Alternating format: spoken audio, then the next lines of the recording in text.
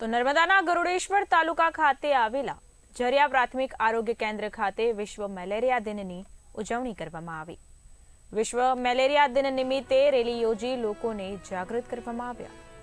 ગરુડેશ્વર તાલુકાના ઝરિયા પ્રાથમિક આરોગ્ય કેન્દ્ર ખાતે વિશ્વ મેલેરિયા દિન નિમિત્તે રેલીનું આયોજન કરવામાં આવ્યું હતું, જેમાં મેલેરિયા સામે જાગૃતિ માટે લોકોને સંદેશ આપવા સૂત્રો સાથે રેલી યોજવામાં આવી હતી।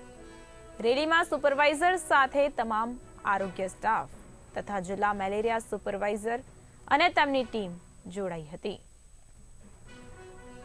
આજરોજ 25મી એપ્રિલ 2025ના રોજ વિશ્વ મલેરિયા દિવસની ઉજવણી નિમિત્તે ગરુડેશ્વર તાલુકા હેલ્થ કચેરી દ્વારા અને નર્મદા જિલ્લા આરોગ્ય શાખા દ્વારા એક રેલીનું આયોજન કરવામાં આવ્યું। જે રેલીમાં જિલ્લા કક્ષાએથી નાયબ જિલ્લા મલેરિયા અધિકારી શ્રી રવિભાઈ વસાવા તથા તેઓનો સ્ટાફ અને જિલ્લા સુપરવાઇઝર શ્રી ભોગીલાલભાઈ પાર્થભાઈ હાજર રહ્યા।